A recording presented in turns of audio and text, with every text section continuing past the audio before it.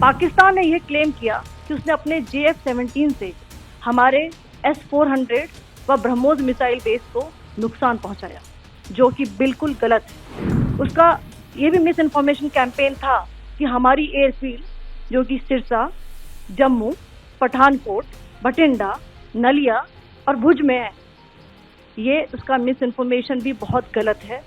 पाकिस्तान के miss information campaign के मुताबिक हमारे एम्यूनिशन डंप जो चंडीगढ़ और बियास में है, उसका डैमेज हुआ, यह भी बिल्कुल गलत है। हमने आपको मॉर्निंग ब्रीफिंग में बताया था विद फैक्ट्स एंड फिगर के साथ कि ये सारी चीज़ें बिल्कुल सही सलामत है। पाकिस्तान की ओर से ये झूठा आरोप भी लगाया जा रहा है कि भारतीय सेना ने मस्जिदों को नुकसान पहुंचाया। मैं इससे बिल्कुल स्पष्ट करना चाहती हूं कि India is a secular nation और हमारी सेना भारत के कॉन्स्टिट्यूशनल वैल्यूज की एक बहुत प्यारी झलक है। इंडियन आर्म फोर्सेस ने पाकिस्तान को बहुत भारी नुकसान पहुंचाया, उनके मिलिट्री इंफ्रास्ट्रक्चर्स को, चाहे वो लैंड एसेट्स हो या फिर उनके एयर एसेट्स। कि लाइन ऑफ कंट्रोल के पास पाकिस्तान के command and control, logistic installation और उनके मिलिट्री इंफ्रास्ट्रक्चर, मिलिट्री पर्सनल का इतना भारी नुकसान हुआ कि पाकिस्तान की ऑफेंसिव व डिफेंसिव कैपेबिलिटी को नष्ट कर दिया गया। अब मैं आपको पाकिस्तान की मिस इन्फॉर्मेशन कैंपेन के बारे में अवगत कराऊंगी। पहला, पाकिस्तान ने यह क्लेम किया कि उसने अपने JF-17 से हमारे S-400 व ब्रह्मोस मिसाइल बेस को नुकसान पहुंचाया, जो कि बिल्कुल गलत है। दूसरा, उसका ये भी मिस इन्फॉर्मेशन कैंपेन था कि हमारी एयरफील्ड, जो कि सिरसा, जम्मू, पठानकोट, बठिंडा, नलिया और भुज में है, ये उसका मिस इन्फॉर्मेशन भी बहुत गलत है। तीसरा, पाकिस्तान के मिस इन्फॉर्मेशन कैंपेन के मुताबिक हमारे एम्यूनिशन डंप जो चंडीगढ़ और बियास में है, उसका डैमेज हुआ, यह भी बिल्कुल गलत है। हमने आपको मॉर्निंग ब्रीफिंग में बताया था विद फैक्ट्स एंड फिगर के साथ कि ये सारी चीजें बिल्कुल सही सलामत हैं। अब मैं आपको बताना चाहती हूँ कि पाकिस्तान के एक प्रेस कॉन्फ्रेंस में ये बात की गई थी कि उनके सीनियर मिलिट्री ऑफिसर्स, जो कि पूरी तरह से ये भ्रामक हैं और तथ्यों से दूर हैं, कि पाकिस्तान की ओर से ये झूठा आरोप भी लगाया जा रहा है कि भारतीय सेना ने मस्जिदों को नुकसान पहुंचाया। मैं इससे बिल्कुल स्पष्ट करना चाहती हूं कि India is a secular nation और हमारी सेना भारत के कॉन्स्टिट्यूशनल वैल्यूज की एक बहुत प्यारी झलक है। इंडियन आर्म फोर्सेस ने पाकिस्तान को बहुत भारी नुकसान पहुंचाया, उनके मिलिट्री इंफ्रास्ट्रक्चर्स को, चाहे वो लैंड एसेट्स हो या फिर उनके एयर एसेट्स। यही नहीं, इंडियन आर्म फोर्सेस ने पाकिस्तान की एयरफील्ड स्कर्दू, जकोबाबाद, सरगोदा और बुलारी को बहुत नुकसान पहुंचाया। इसके अलावा पाकिस्तान के air defence system, radar system, उनको भी एयर स्पेस में अनटेनेबल किया। यह भी बताना चाहती हूँ कि लाइन ऑफ कंट्रोल के पास पाकिस्तान के command and control, logistic installation और उनके मिलिट्री इंफ्रास्ट्रक्चर, मिलिट्री पर्सनल का इतना भारी नुकसान हुआ कि पाकिस्तान की ऑफेंसिव व डिफेंसिव कैपेबिलिटी को नष्ट कर दिया गया। अंत में मैं फिर से ये बात दोहराना चाहूंगी, इंडियन आर्म फोर्सेस पूरी तरह से तैयार है, सतर्क है और भारत की संप्रभुता और अखंडता की रक्षा के लिए पूरी तरह से कमिटेड है। 8 से 9 मई 2025 की मध्य रात्रि को पाकिस्तानी सेना ने सैन्य बुनियादी ढांचे को निशाना बनाने के इरादे से पूरी पश्चिमी सेना पर भारतीय वायु क्षेत्र का कई बार उल्लंघन किया।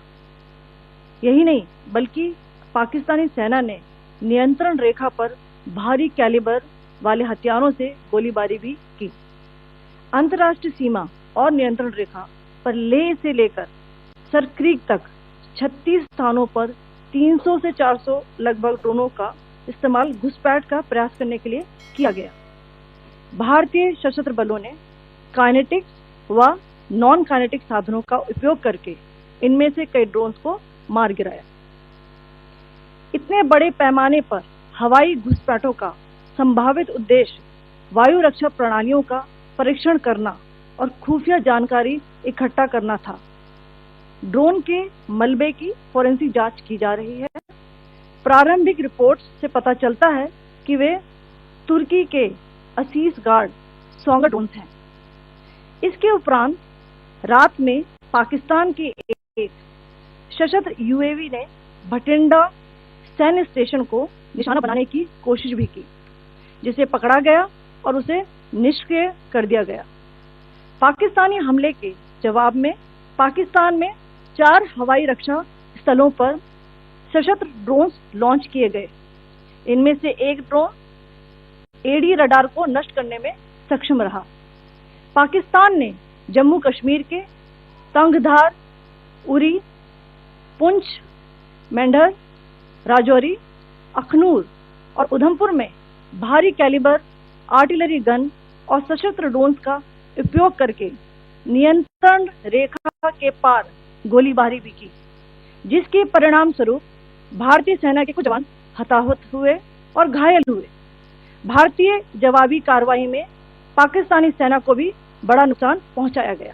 पाकिस्तान ने जम्मू कश्मीर के तंगधार, उरी, पुंछ, मेंढर, राजौरी, अखनूर और उधमपुर में भारी कैलिबर आर्टिलरी गन और सशस्त्र ड्रोन्स का उपयोग करके नियंत्रण रेखा के पार गोलीबारी भी की, जिसके परिणाम स्वरूप भारतीय सेना के कुछ जवान हताहत हुए और घायल हुए।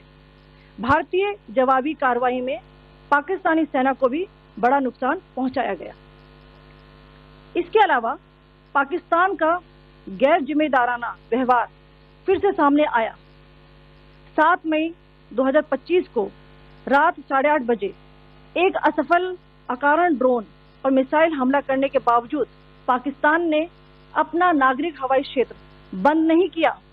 पाकिस्तान अपने नागरिक विमानों को ढाल के रूप में इस्तेमाल कर रहा है, जबकि उसे अच्छी तरह से पता है कि भारत पर उसके हमले से हवाई रक्षा की तीव्र प्रतिक्रिया होगी।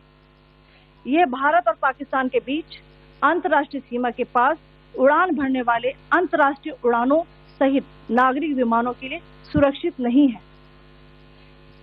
यहाँ स्क्रीन शॉट में पंजाब सेक्टर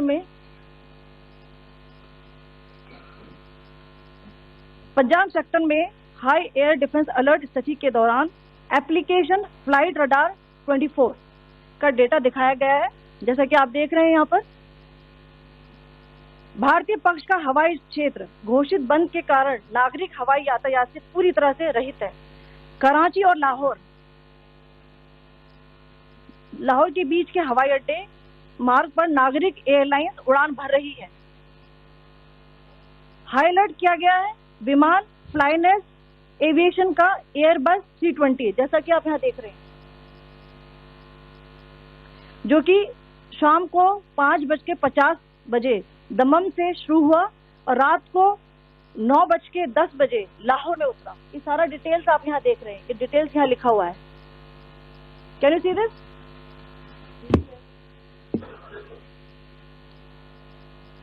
भारतीय वायुसेना ने अपनी प्रतिक्रिया में काफी संयम दिखाया और इस प्रकार अंतर्राष्ट्रीय नागरिक विमान सेवा की सुरक्षा सुनिश्चित की।